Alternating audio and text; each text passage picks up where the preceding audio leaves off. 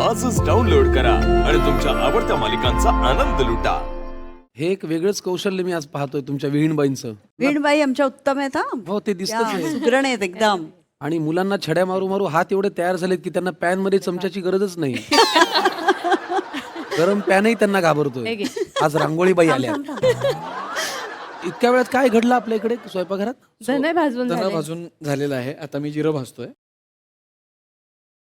बाकरवडीतला हा एक पदार्थ फार मला सरप्राईज करतो, बडीशेप.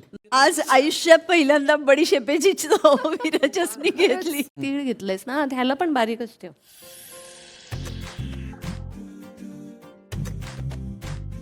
हा खसखस आहे.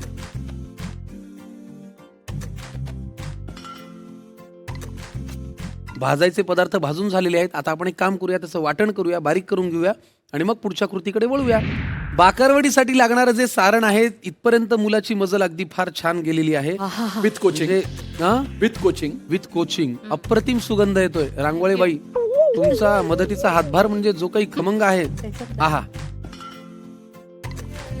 हे काय आता माहित म्हणजे? पण ही तिन्ही पिठी वापरायची असेल हे मी गृहीत धरतोय. मैदा टाकलाय त्यांनी. गंडवायला जर इथे ही ठेवली असली तर ती तुम्हालाच खावं लागणार आहे. आता हे काय घालतोय माहित नाही. दुसरी पांढरी पावडर. तांदळाचं पीठ आहे ते. हे बेसन आहे असं हा, जाहीर करतो. हे मला माहिती नसतं. हा, हे घालतात. मीठ घाल. गरम तेल.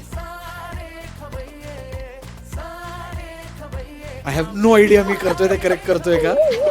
आणि पाणी घालायचं. पाणीच घालायचं. करेक्ट. माय इन्स्टिंक्ट्स वर राईट. शेजारचा माणूस कोरडायला लागेपर्यंत मी होतच राहतो की अरे अरे अरे म्हणलं की थांब.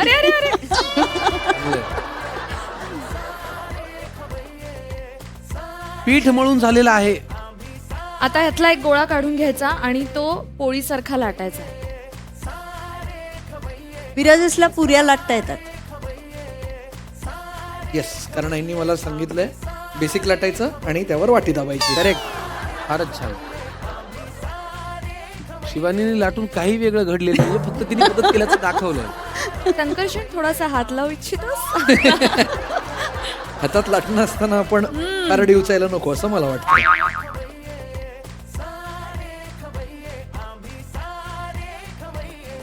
तर आता आम्ही यावर सारण घातलेलं आहे. बर, क्या बात है. इथपर्यंतचा बेत उत्तम जमवलाय बर का मृणालताई त्यांनी. मस्त.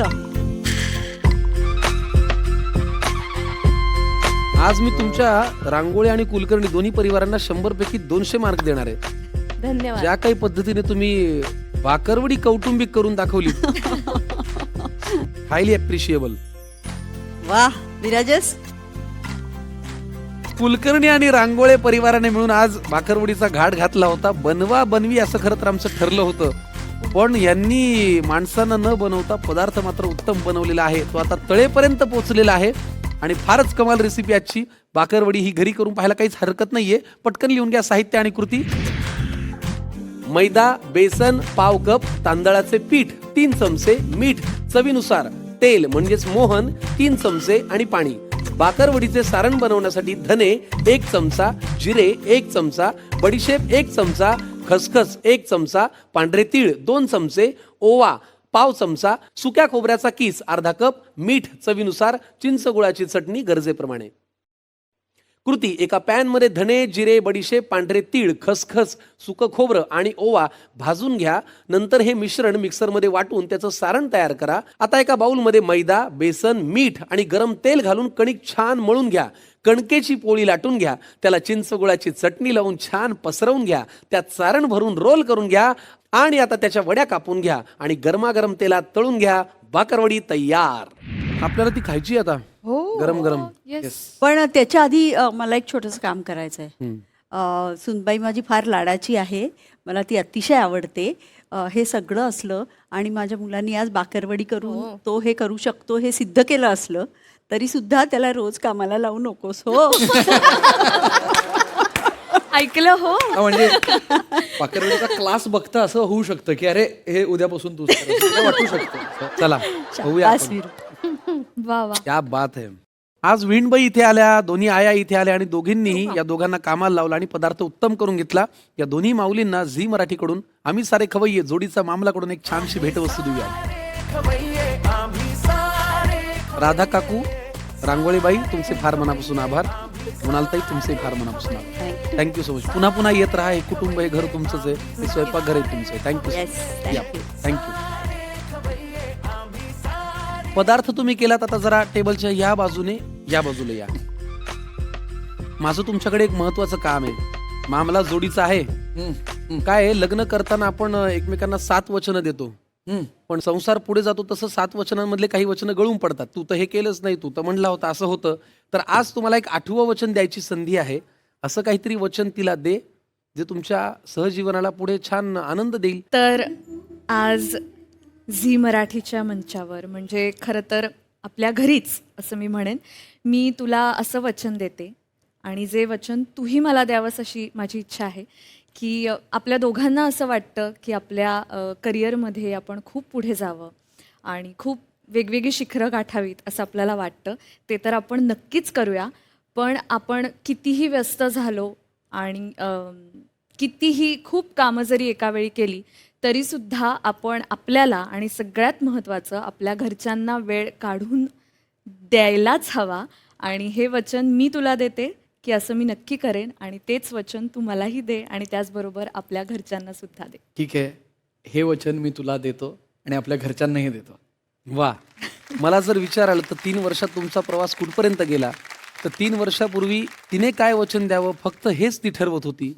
आज मात्र तू काय वचन द्यावं हेही शिवानी ठरवते.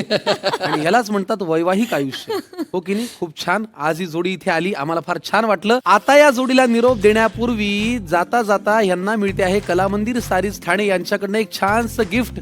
चोखंदळ साडी प्रेमींसाठी हक्काचं दालन आणि साडी विश्वातील एक आगळी वेगळी ओळख म्हणजे कलामंदिर सारीज ठाणे, भारताला साड्यांनी जोडणारा धागा. आणि हे गिफ्ट देण्यासाठी मी आमंत्रित करतो कलामंदिर सारीज ठाणे यांचे सर्वे सर्वा अल्पेश छाडवा सरांना. कला मंदिरला मला इकडे आमंत्रित केल्याबद्दल जी मराठीचं मी खूप खूप आभार, मनापासून आभार मानतोय. आणि आपण सगळ्यांनी म्हणजे जे प्रेक्षक आहे आणि तुम्ही नक्की कला मंदिरची भेट द्यावी. नक्की येणार आम्ही तुमच्याकडे.